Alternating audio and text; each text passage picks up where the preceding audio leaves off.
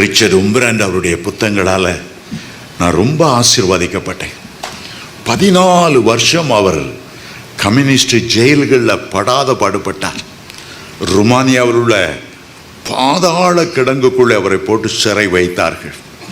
இவர் இயேசுவை மறுதலிக்க வேண்டும், மறுதலிக்காமல் நிற்கிறபடியால் அவருடைய மூளையை கலக்கி பைத்தியக்காரனாக்க வேண்டும் என்று அவருடைய 2 காதுலையும் ஒரு பவர்ஃபுல் ஸ்பீக்கரை கட்டினாங்க, ஒலிபெருக்கி.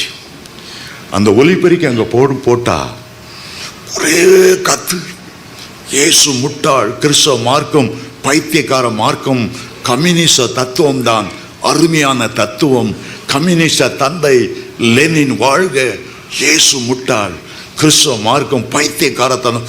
அந்த ஸ்பீக்கரில் ராத்திரி பாலா 3 நாளாக அவர் சாப்பிடாம போட்டு பட்னி பசி கிடக்கும்போது இந்த ஸ்பீக்கரை மாட்டி விட்டுருவாங்க. இரவும் பகலும் கத்திட்டே இருக்கும்.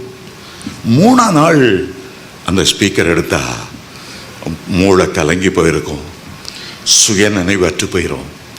திருப்பி கம்யூனிசம் நல்லது, கிறிஸ்துவ மார்க்கம் பைத்தியக்கார மார்க்கம், லெனின் தான் உண்மையான தலைவர். இது அவன் பைத்தியக்காரனை போல பேசிகிட்டே இருப்பான்.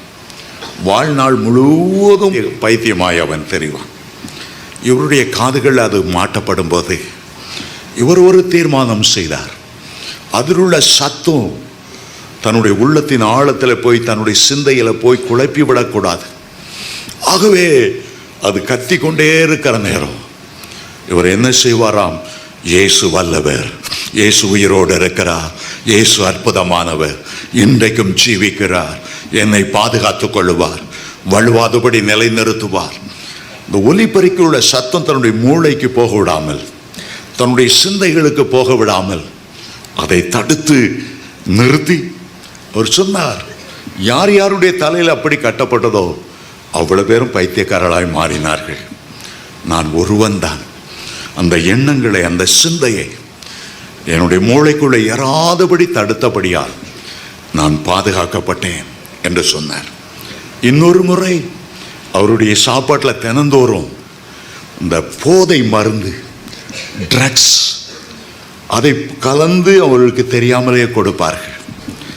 இந்த சிறைச்சாலை கைதியாக இருக்கும்போது சாப்பாடு சரியாக கிடைக்காதனால என்னதான் கலந்திருந்தாலும் பரவாயில்லன்னு எல்லாரும் சாப்பிட்ருவாங்க.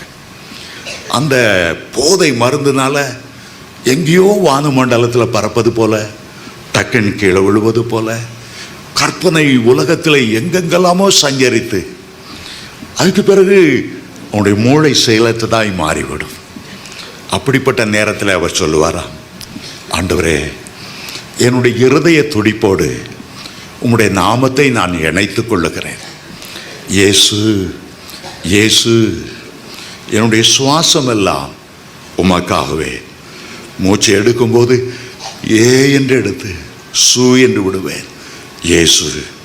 ஆகவே இப்படிப்பட்ட போதை மருந்துகள் அவருடைய சிந்தைகளை வீணனாய் மாற்றாதபடி தன்னுடைய சுவாசத்தோடும் தன்னுடைய எண்ணத்தோடும் தன்னுடைய மூச்சோடும் இயேசு என்ற வார்த்தையை நான் கலந்திருந்ததினால் என்னுடைய சிந்தைகளை என்னால் பாதுகாக்க முடிந்தது என்று அவர் சொல்லுகிறார். அருமையான தேவனுடைய பிள்ளைகளே, உங்களுடைய சிந்தை மிகவும் முக்கியமானது. பரிசுத்தத்தோடு பாதுகாக்கப்படணும். உங்களுடைய இருதய துடிப்போடு இயேசு, உங்களுடைய சுவாசத்தோடு இயேசு, எதை செய்தாலும் இயேசு.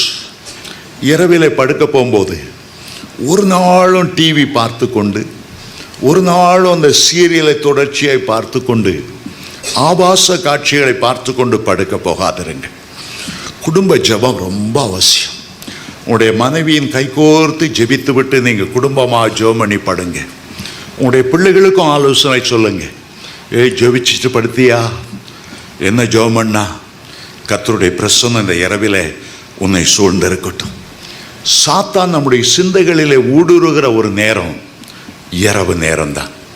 தூக்கம் வராமல் இருக்கும்போது சாத்தான் பலவிதமான சிந்தைகளை கொண்டு வருவான்.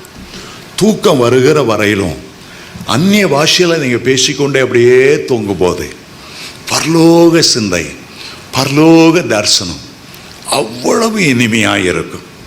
உங்களுடைய சிந்தைகளை பாதுகாக்க நீங்க தீர்மானிக்கும் போது இரவில் ஒரு கெட்ட சொப்பனம் கூட உங்களுக்கு வராதபடி ஆண்டவர் உங்களை அருமையாய் பாதுகாக்க வல்லமை உள்ளவர். சிந்தையில் உள்ள ஜெயம்தான் ஒரு கிறிஸ்தவ மார்க்கத்தின் உண்மையான ஜெயம். சிந்தையில் உங்களுக்கு பரிசுத்தம் உண்டாகட்டும். வேர் பரிசுத்தமாய் இருந்தால் அந்த மரம் பரிசுத்தமாய் இருக்கும். உங்களுடைய சிந்தையில் நீங்கள் ஜெயம் பெற்றவர்களாய் இருந்தால்தான் எல்லாவற்றிலும் நீங்கள் ஜெயம் பெற்றவர்களாய் வாழ முடியும்.